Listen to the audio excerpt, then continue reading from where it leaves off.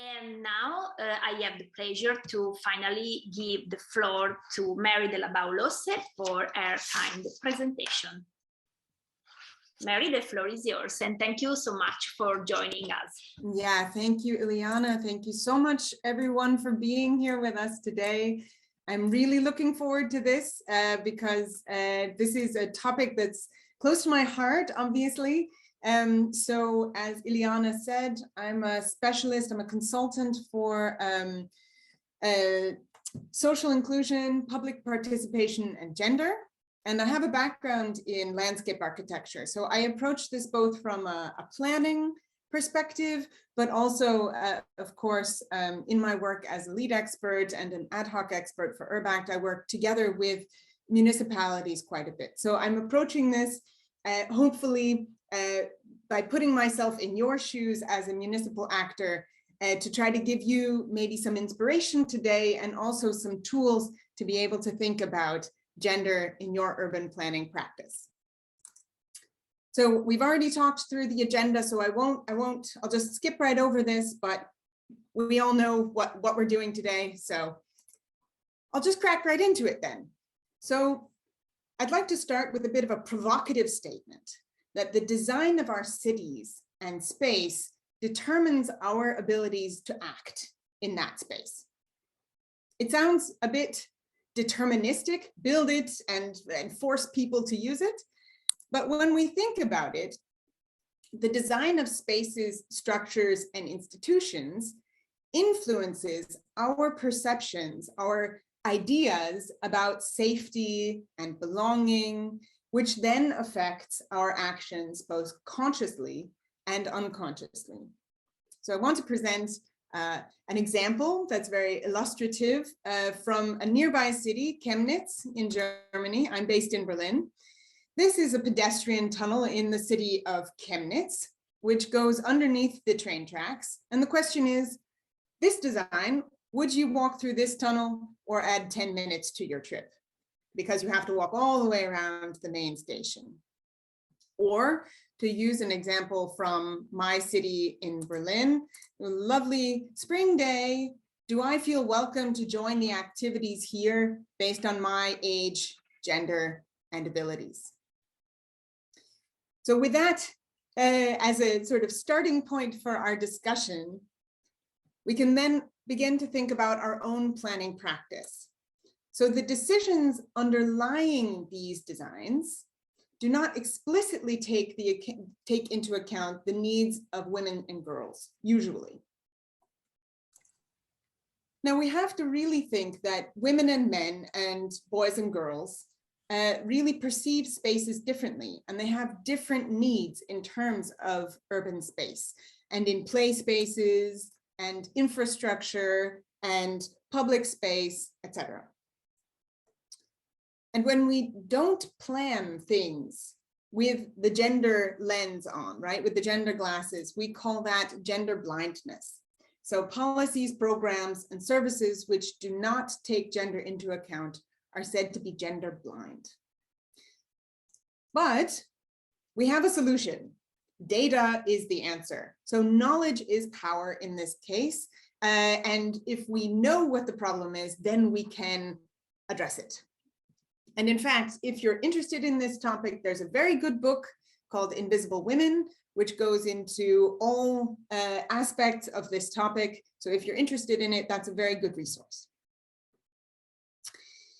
Now, these gender blind designs often perpetuate, so they often continue stereotypes about the roles of men and women and gender inequality. So I'll give you some examples. Talking about the roles of men and women in society. Here we have two signs from Germany. The one on the left is the crossing guard, strong male figure, big muscles, protecting the children. And we notice that the girl child is helping the younger boy child cross the street. So we also have care already built into this sign. And the one on the right is the standard, typical German sign for a pedestrian zone. So a pedestrian zone is the place where mothers take their children to go do the shopping.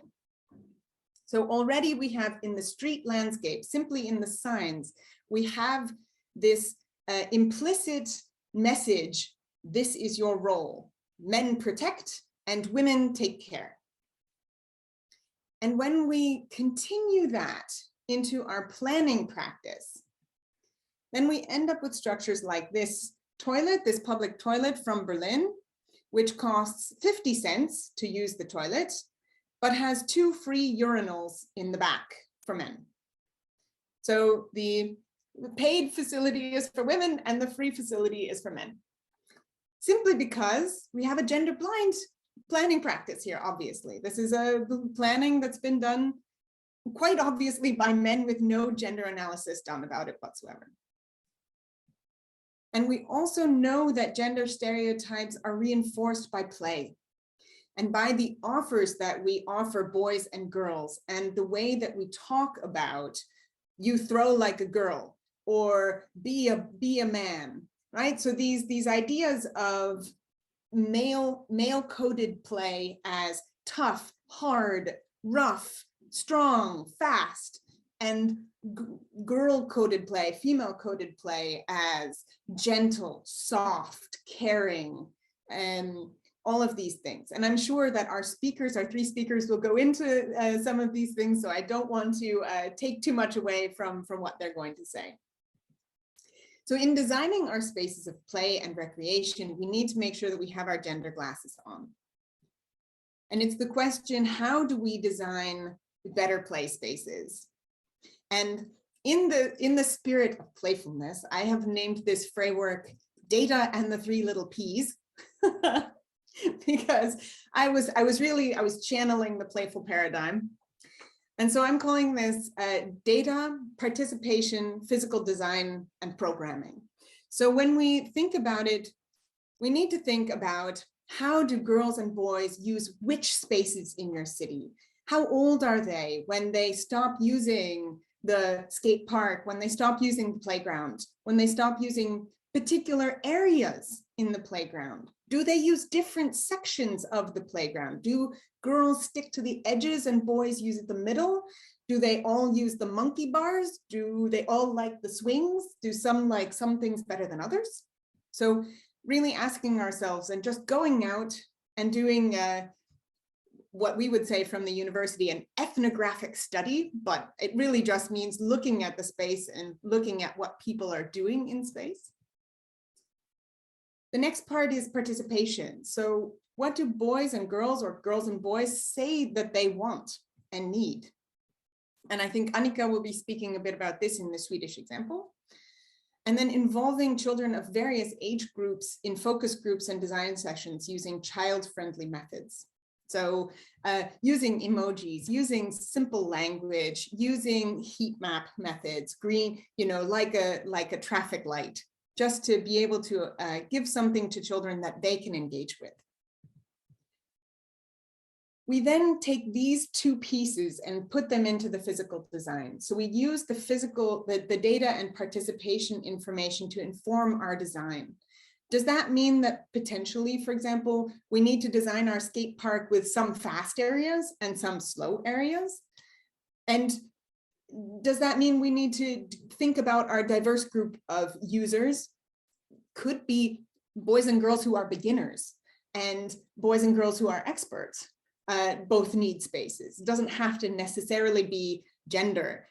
One small footnote to this, we do run the risk of continuing gender stereotypes about abilities and what types of play girls and boys should be engaging in when we talk about this. So that brings us to the last point, programming, encouraging girls to enter male-coded spaces and vice versa through programming. So encouraging boys to engage in care activities and care play, and encouraging girls then to engage in all of these male-coded active sports. And also ensuring that the programming is not gender blind. For example, that boys teams get the best training times, or that the girls teams always are on the edges. we have some issues with that in Germany in terms of football pitches and the scheduling of when boys and girls teams get to play. So that just as an initial inspiration for you to be able to think about where we might go with our toolkit and give you a bit of a structure to be able to think about the examples that you have in your own cities. So that's me. I'm going to take it right over to our lovely speakers who were so generous with their time today. We're going to start with Annika, then Sanja, and finally Chiara.